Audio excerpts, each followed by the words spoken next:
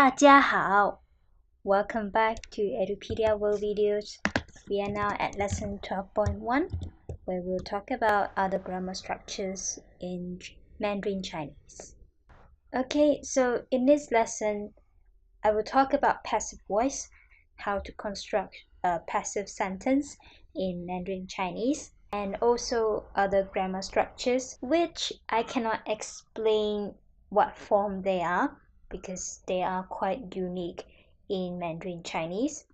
So you know how it works as we go along. So don't worry if the grammar structure feels new to you, as long as you are exposed enough of it and remember what the formulas are, you can just fit things in according to what I teach. So the first sample sentence is, he uses a Chinese brush to write words. In Mandarin, it is 他用毛笔来写字. Okay, so 用 is use, and this is the pinyin 用. The radical is itself, so the arrangement is simple. So this is how to write 用. 1、2、3、4、5. 5 strokes for this one, 用. So to say to write words, it is like 来写字. So that 来 has a meaning of to, okay? But of course, it's not applicable to other cases, okay? It is just to couple with 用 to denote that he uses something to do something. Okay, so that 来 is like denoting a purpose. So 来, in other contexts, it means to come. Okay, of course, in this sentence, it doesn't make sense, but it is more common to use 来 as come. So this is the pinyin 来, and the radical is this one. The arrangement is simple. So this is how to write 来. 1、2、3、4、5、6、7、来. Okay, so it is not too difficult for this one because it's just like direct translation of the English words. Okay, so just remember, this is a type of Chinese grammar structure, so just have this in mind if you wish to use these words. Next one, he gave his son a pen. In Mandarin, it is 他给了儿子一支笔. So the only new word that you know is give. So 给 is give. This is the pinyin, and the radical is what's on the left here. The arrangement is naturally horizontal because you have left and right component. Okay, so this is how to write 给. 1、2、3、4、5、6、7、8、9. 9 strokes for this one. 给. Okay, so the grammar structure is very much like English. It is just to direct translate. 他给了儿子一支笔. It is just to direct translate it. Okay?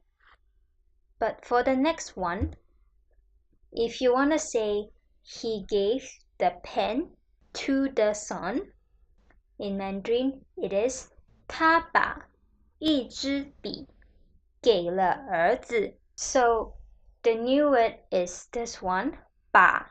I'll explain the grammar structure later. This is the pinyin, and the radical is what's on the left there. So the arrangement is again horizontal because you have the left component as a radical and the right component too. Okay, so this is how to write 把. 1、2、3、4、5、6、7. 7 strokes for this one. 把. Okay, 把. It has a meaning of making the object to be placed earlier, so the focus is more on the object. 一支笔 okay, because if you say 他给了儿子一支笔, it is more focused on the act of giving, 给了 okay, but in Mandarin you can switch things around. You can place the word, the pen, 一支笔 in front by adding a word before the object, 把. So that's why 把, it doesn't really have an exact English translation, but it is a special grammar structure of Mandarin Chinese. Okay, to illustrate it further, I have another word, which is 将. 将 is same as 把, and I'll read out the sample sentence here first. He read the book. In Mandarin Chinese, if you want to use the word that I introduced you earlier, it is 他将书读了. So 将 is same as 把. So if you want to say 他把书读了, it also makes sense. It also means he read the book. Okay? So you can see here with 将 or 把, it has moved the object to the front, okay, making the object the focus. Okay, 将 is more formal and 把 is more informal. So 将, this is the pinyin, and the radical is once on the bottom right corner there. So the arrangement is complex because you have left and right component, while the right component has top and bottom component. Okay, so this is how to write 将. 1 2 3 4 5 6 7 8 9. 9 strokes for this word, 将. Okay, so 把 and 将, they are the unique Chinese structure that you can have. Okay, and on top of that, we have the passive voice. So the sample sentence I have here is, that apple was eaten by her. 那颗苹果被她吃了. Okay, so passive voice, the purpose is also to make the object move to the first and foremost word, while as you can see in the last slide, the function of 将 or 把 is to place it just after the subject. Okay, so 被, it is to give the sentence a passive voice. So that's why I wrote the meaning here as passive voice. This is the pinyin, 被. The radical is this one, what's on the left here. The arrangement is horizontal with left and right component. Okay, so this is how to write 被. 1 2 3 4 5 6 7 8 9 10. Okay, 10 strokes for this one. Look at the grammar structure of this sentence again. 那颗苹果被他吃了. So immediately after 被, it has to be the subject, the original subject for the active voice. Okay, and then followed by the verbs there. To summarize, the formula is object, 那颗苹果, and then the passive voice, 被, and then the original subject, 他, and then verb, 吃了. Okay, and of course we'll have more examples in the exercise, so don't worry if you can't understand it now. Okay, next one, another interesting grammar of Chinese. 她为儿子写了一本书。In English translation, it is, she wrote a book for her son. Okay, you have already learned how to say she wrote a book. 她写了一本书。And if you want to add for her son, it is to add 为儿子 after the subject and before the verb.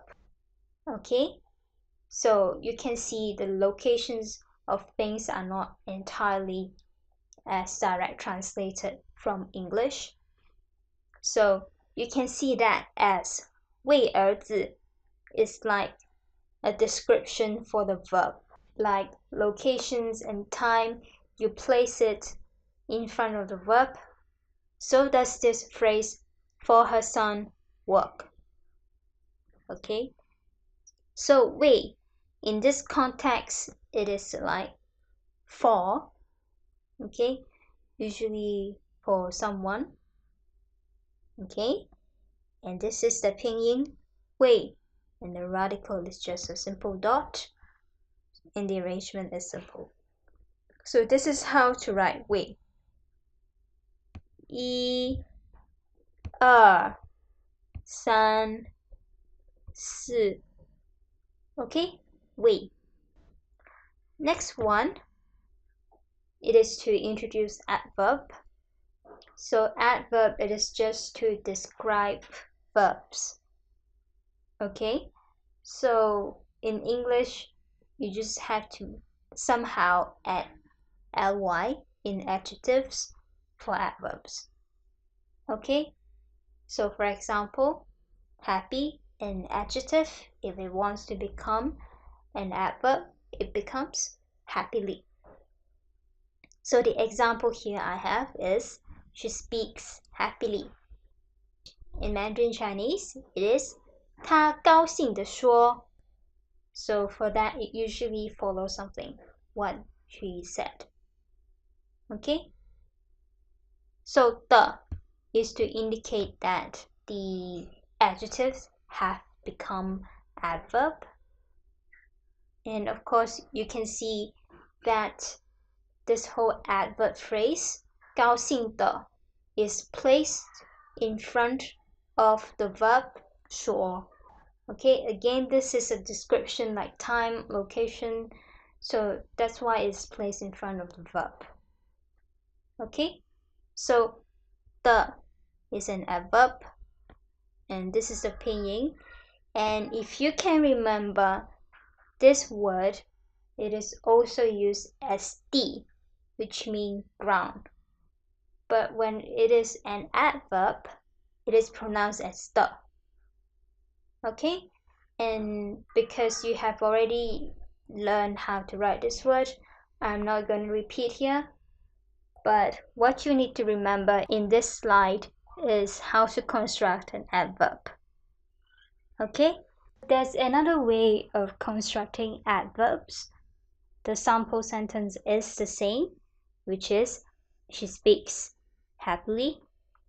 And the other way of saying this in Mandarin is 她说得很高兴. Okay, so you can see what is happening is the verb is placed in front, followed by a new word, 的, which sounds like what we have in the last slide, but it is a different word, and then followed by the adjectives, 很高兴.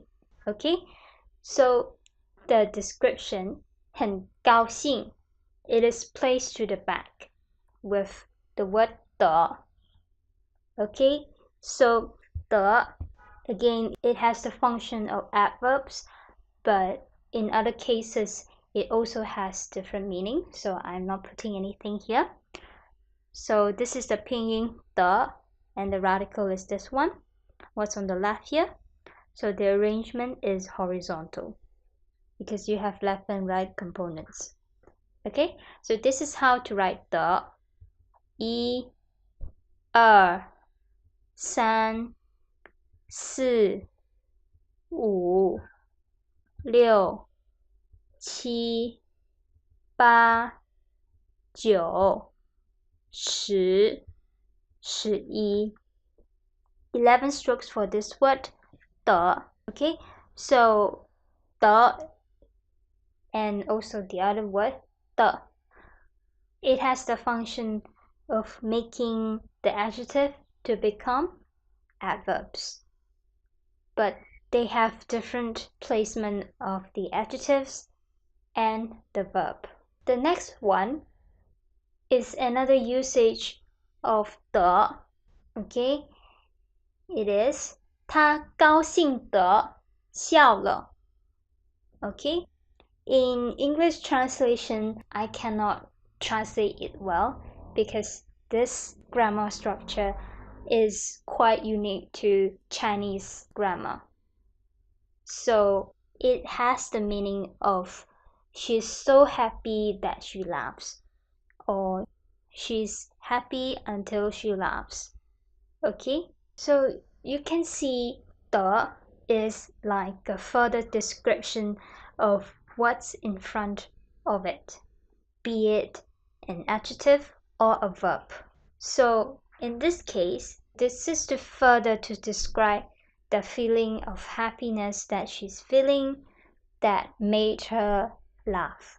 So similar to the previous slide, that to further describe the verb 说, what follows it is the adjectives.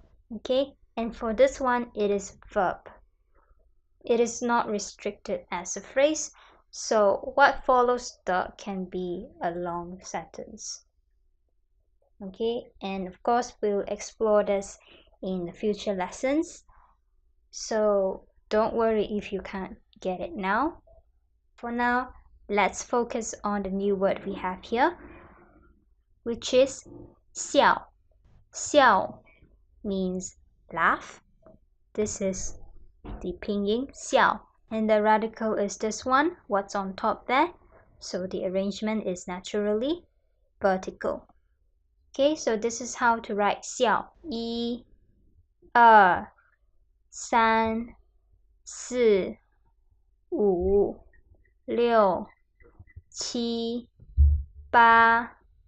8 9 10.